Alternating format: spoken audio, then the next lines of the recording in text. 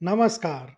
यह कहानी अयोध्या की राजकुमारी और भगवान राम की अग्रजा शांता की है, जिसका जीवन राजसी सुख और कठोर तपस्या के बीच एक अद्भुत सेतु था। यह कथा धर्म के पालन, वचन की महत्ता और नियति के विधान को दर्शाती है।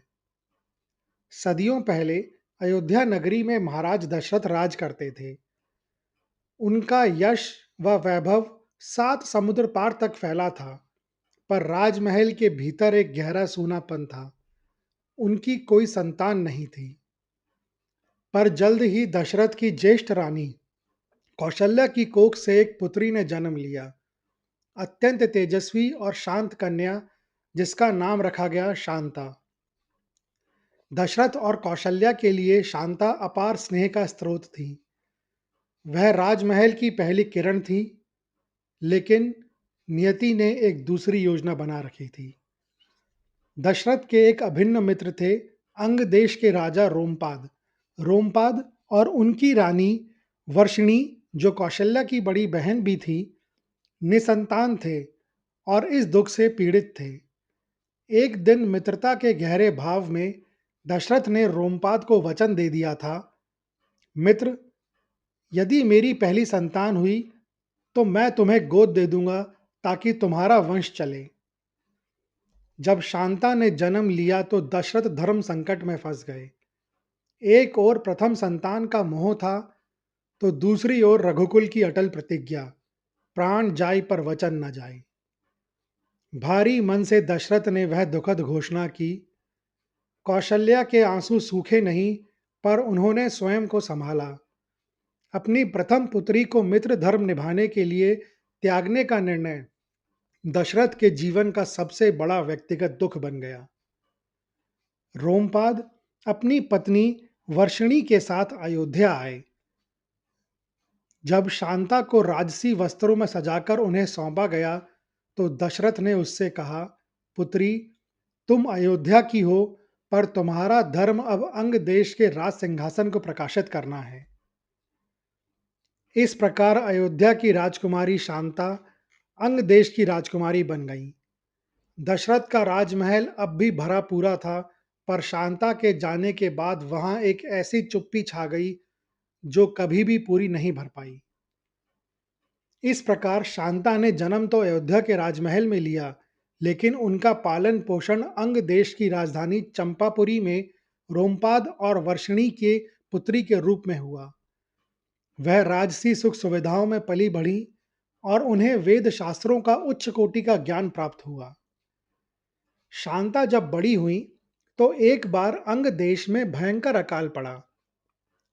ऋषियों ने राजा रोमपाद को बताया कि इस विपत्ति को केवल ऋष्यशृंग ऋषि ही दूर कर सकते हैं, परंतु शर्त यह है कि ऋषि को राजमहल या राज्य की सीमा में प्रवेश करना होगा। ऋष्यशृंग ऋषि एक महान तपस्वी विम्भांडक के पुत्र थे।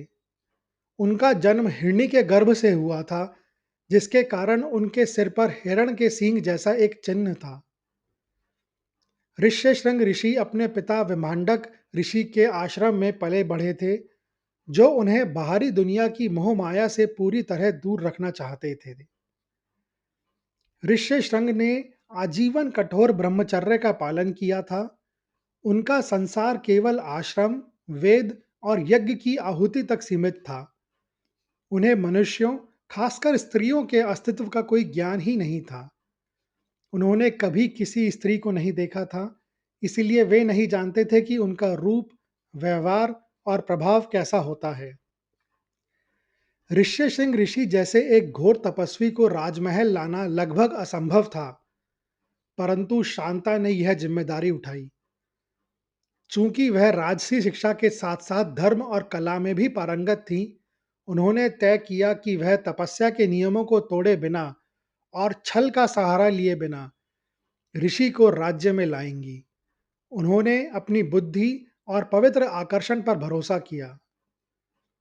शांता अपनी कुछ सखियों के साथ साधारण वेशभूषा में ऋष्यशृंग के आश्रम के पास पहुंची। उन्होंने एक छोटी सुसज्जित नौका का सहारा लिया, ताकि वे सीधे ऋषि के पवित्र वन में प्रवेश ना करें। जब ऋष्यशृंग ने पहली बार शांता को देखा, तो वह अत्यंत विस्मित रह गए। उन्होंने अपने जीवन में वैसी काया, वैसे केश या वैसे सुंदर वस्त्र नहीं देखे थे।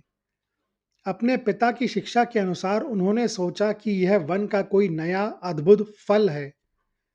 शांता ने ऋषि से अत्यंत विनम्र और संयमित भाषा में बात की। उन्होंने ऋषि के तप और उनके आश्रम की प्रशंसा की, जिससे ऋषि को कोई अनैतिकता महसूस ना हो। शांता ने ऋष्यशृंग को फल फूल दिए। ये साधारण फल नहीं थे, ये मिठाई, पकवान और भोग की वस्तुएं थी जो ऋषि ने कभी नहीं चखी थी। शांता ने इसे अंग देश के वन के दुर्लभ फल बताया। ऋषि ने इन्हें अत्यंत श्रद्धा से स्वीकार किया और उनका स्वाद अद्भुत पाया। शांता की विदाई के बाद ऋष्यशृंग को अजीब बेचैनी महसूस हुई। उन्हें वह फल फिर से चखने की इच्छा हुई। वह उस अद्भुत प्राणी के वार्तालाप के प्रभाव को समझ नहीं पा रहे थे। जब शांता अगली बार आई, तो उन्होंने ऋषि से कहा कि वे एक ऐसे महान आश्रम से आई हैं जहां यह अद्भुत फल और भी अधिक मात्रा में मिलते हैं। शांता ने उन्हें विश्वास दिलाया कि उनका आश्रम भी उनके जितना ही पवित्र है। अपनी जिज्ञासा और अबोधता के कारण ऋष्यशृंग ने शांता के आमंत्रण को स्वीकार कर लिया। जैसे ही ऋष्यशृंग ऋषि ने शांता के साथ अंग देश की सीमा में प्रवेश किया, आकाश में बादल गरजने लगे और मूसलाधार वर्षा होने लगी। यह शांता की बुद्धिमता और ऋषि के तप की पवित्रता का सीधा प्रमाण था। उनकी महान तपस्या का प्रभाव इतना था कि उनके आगमन मात्र से इंद्रदेव प्रसन्न हो गए। राजा रोमपाद ने ऋषि के चरणों में सिर झुकाया। उन्होंने शांता की बुद्धि, धैर्य और साहस की प्रशंसा की। इस अलौकिक चमत्कार के बाद राजा रोमपाद ने शांता का विवाह ऋष्यशृंग ऋषि से कर दिया। वहीं दूसरी तरफ अयोध्या में महाराज दशरथ पुत्रहीनता के दुख से व्याकुल थे। वृद्धावस्था आने को थी, पर उनके वंश को आगे बढ़ाने वाला कोई उत्तराधिकारी नहीं था। राजमहल का ऐश्वर्य उन्हें काट रहा था। कई वर्ष बीत गए। अपने कुलगुरु महर्षि वशिष्ठ के पास दशरथ अपनी अंतिम आशा लेकर पहुंचे। गुरु वशिष्ठ ने उन्हें समझाया, महाराज, आपको पुत्र कामोष्ठी यज्ञ करवाना होगा। यह साधारण यज्ञ नहीं है।